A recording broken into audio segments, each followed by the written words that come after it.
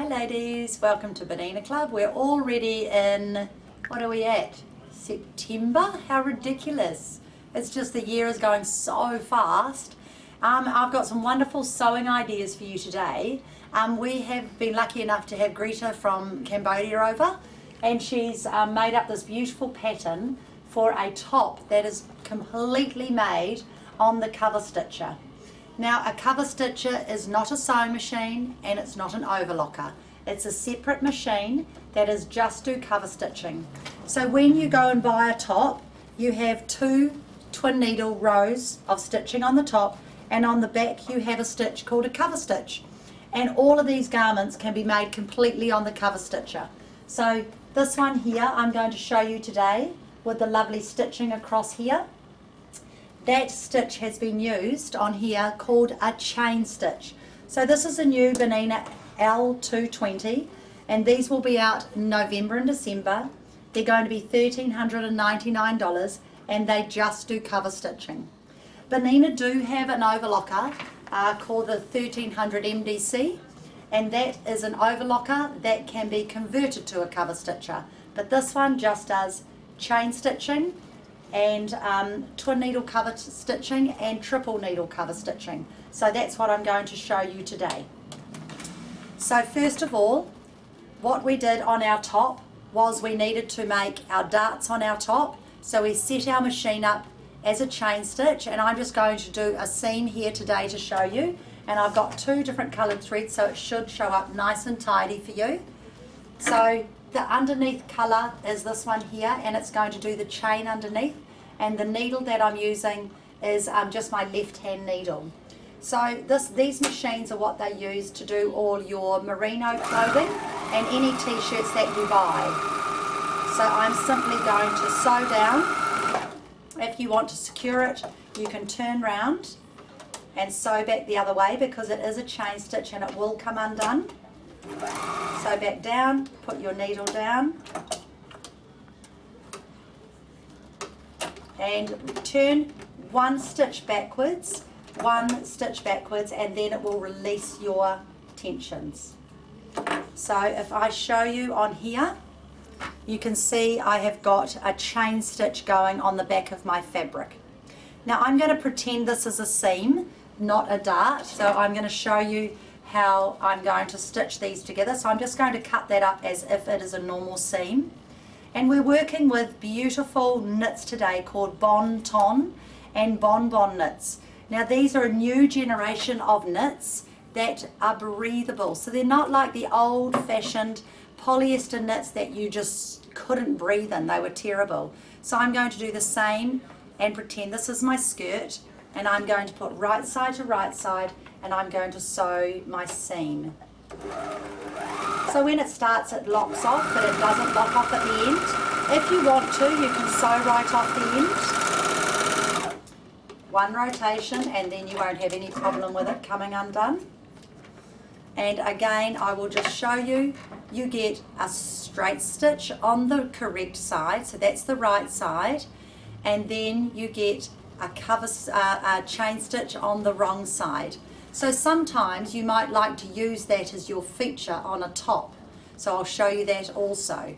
So I'm now opening this up, and what I've done is I've made a lovely skirt also in the same method. So what I'm going to show you now is you can do all your seams and all of your darts with this chain stitch. So here is the wrong side of my skirt or my top, and here is the right side of my blouse there. So I'm going to lay it down.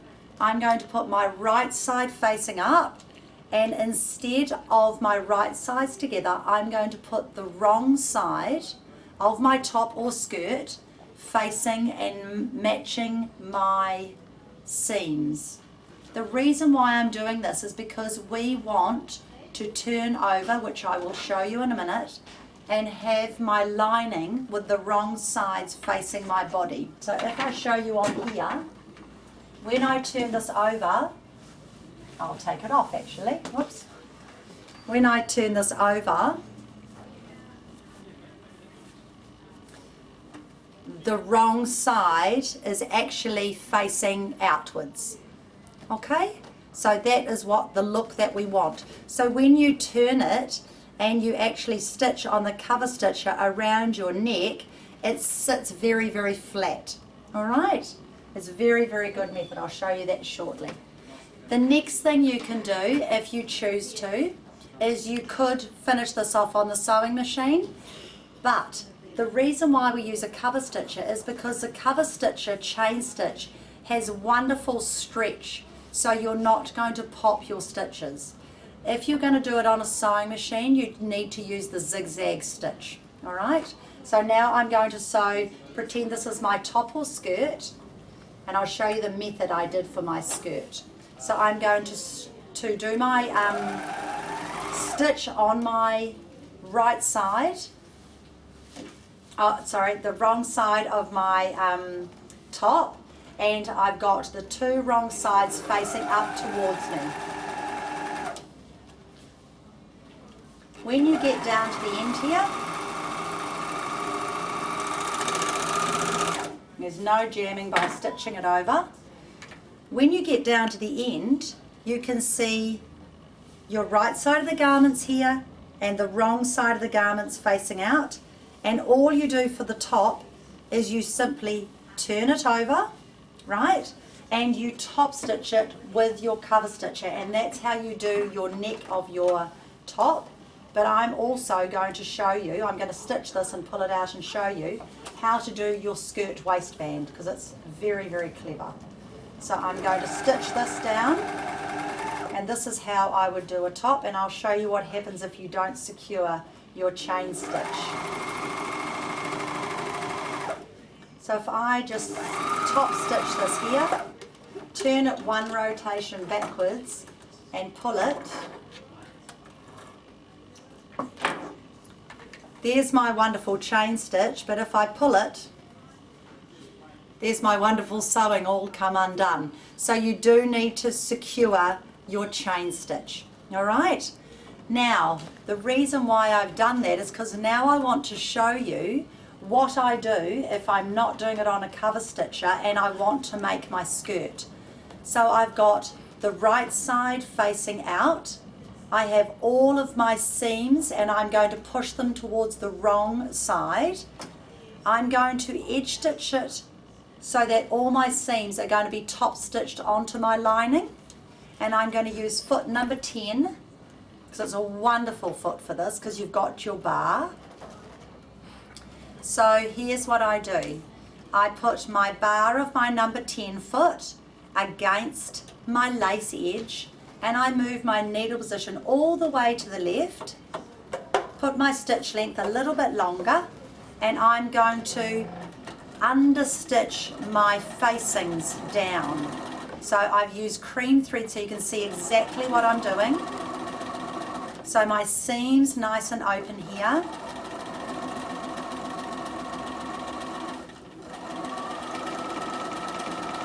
So this would normally be in a full circle if you're doing a skirt. So I have understitched all of my facings down away from my right side.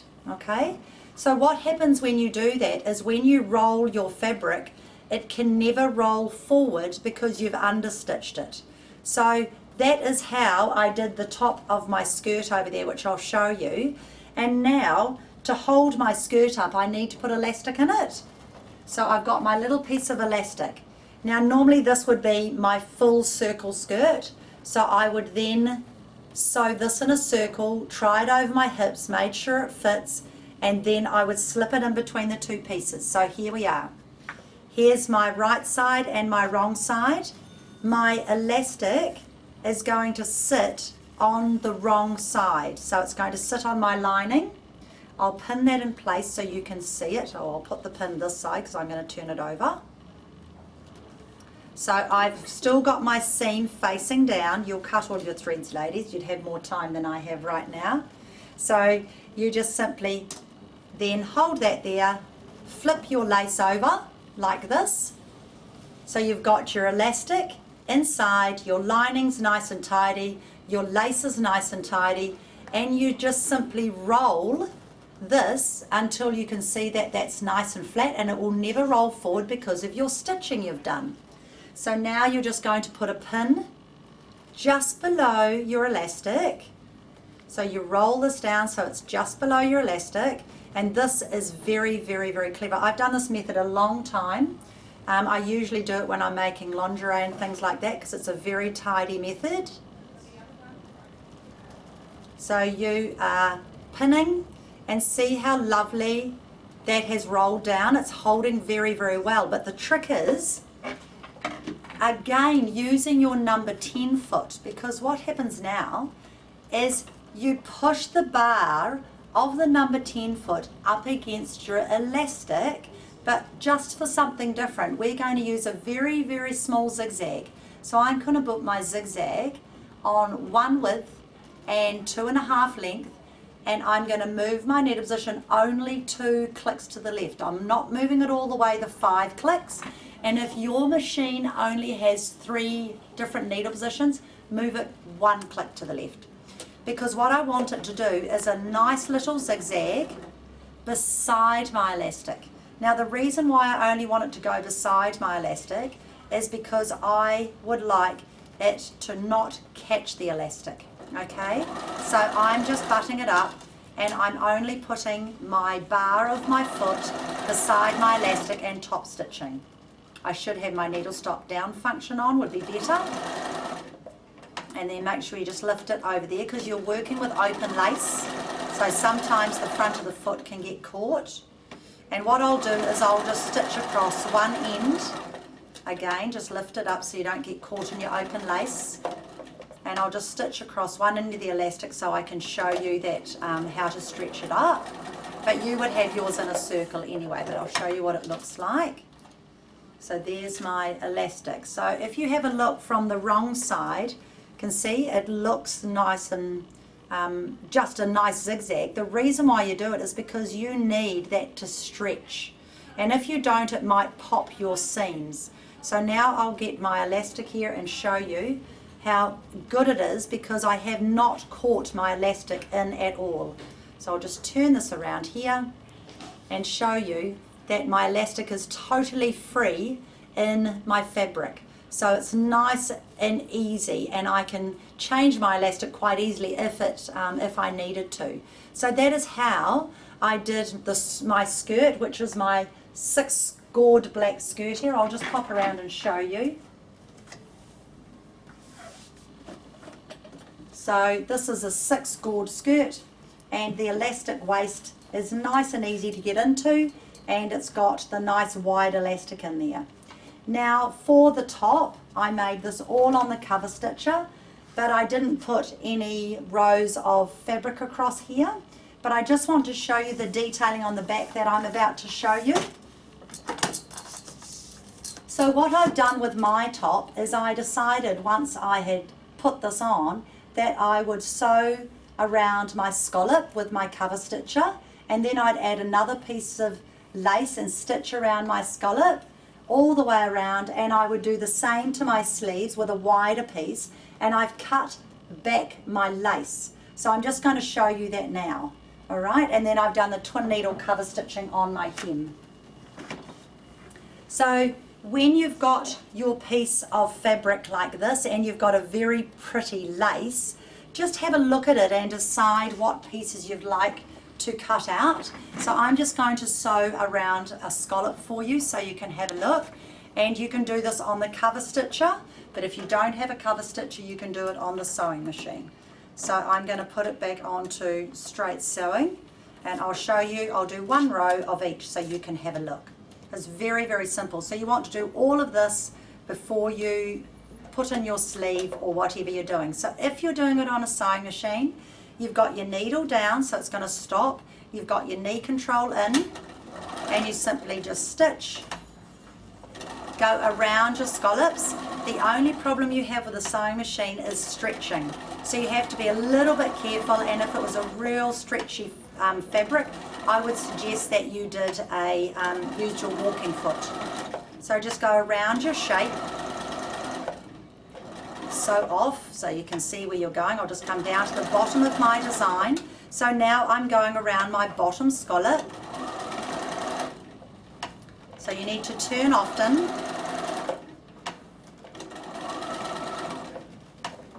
So I'm just following my scallop around, and remembering this fabric doesn't fray, so you don't have to worry if you cut your scallop completely, because on the hem of my skirt I completely cut around my scallop. So working with knits is very good. Now I wouldn't normally sew it with white thread, but it's just to show you. So I've stitched either side of my opening, and that's what it looks like on the back of my garment. So now I'm going to use these very clever scissors. These are called duckbill scissors, and the reason why is they have a bill like a duck, I presume. So now I'm going to cut right back to my fabric, my under fabric, and this will allow my lace fabric to show through. So you cut back, and you're doing about a 3mm cut. Normally on a table is much easier, so we'll just make it easier for ourselves. So nice and flat on a table, and the duckbill prevents the underneath one from getting cut. Okay. Make life easy for yourself if you can't get round a tight groove.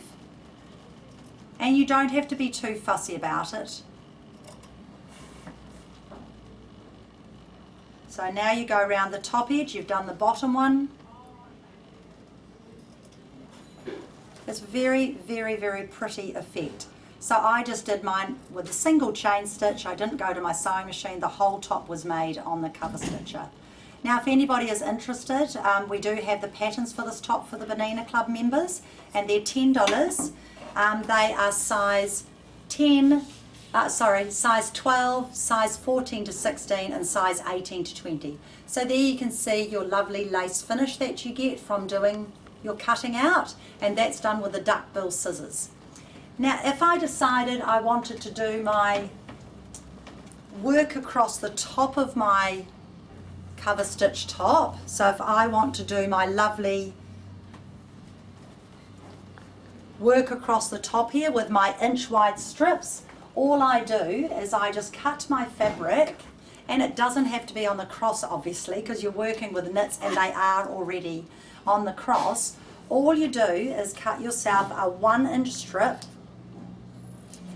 and this is very hard to do on a sewing machine because it's going to stretch. However, on your cover stitcher you get no stretch.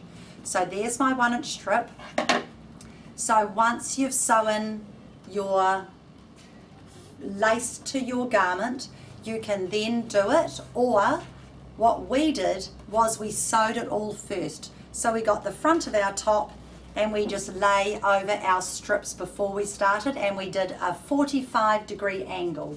So I'm just going to show you that and show you how it doesn't stretch at all. So I'm simply just lining it up so it's centered, and I'm doing my chain stitch right through the center of my piece of fabric.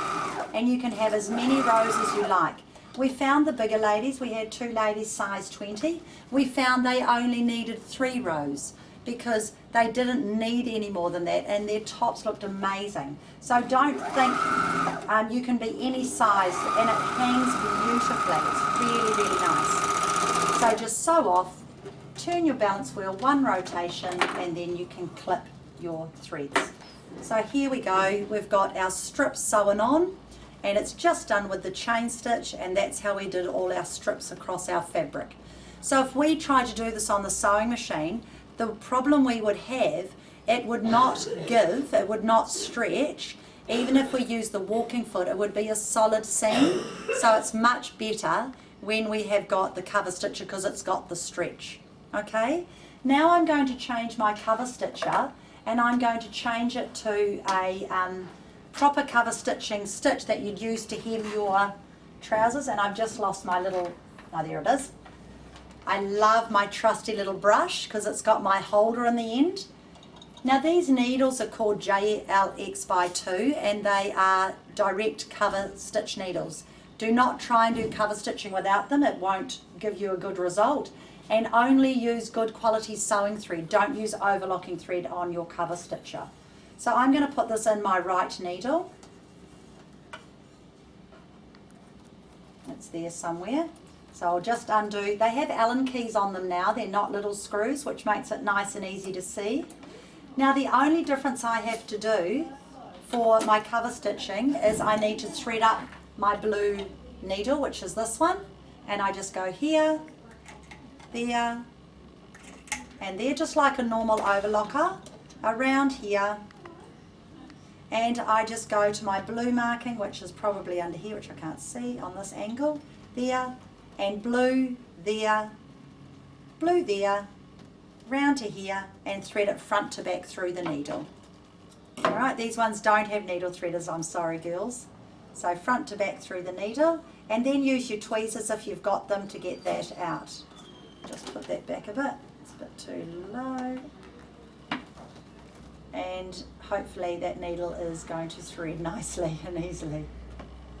Cut your thread on an angle if you have trouble.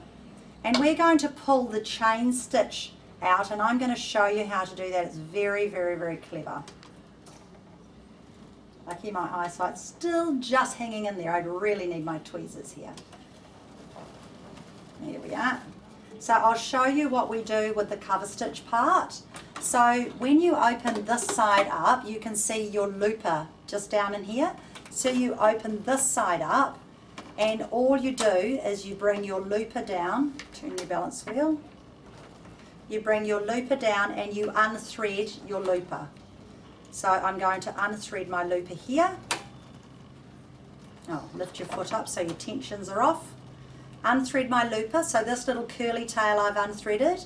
Then I'm pulling my looper back down and I'm threading from back to front, and now it will do a 2-thread cover stitch like you see on your purchase garments.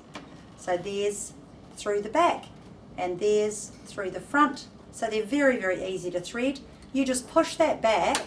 Now what you don't need to do is on an overlocker, you would normally want to have all your threads up, but on a cover stitcher, you leave that thread and you just cut it and you do not bring it up to start sewing.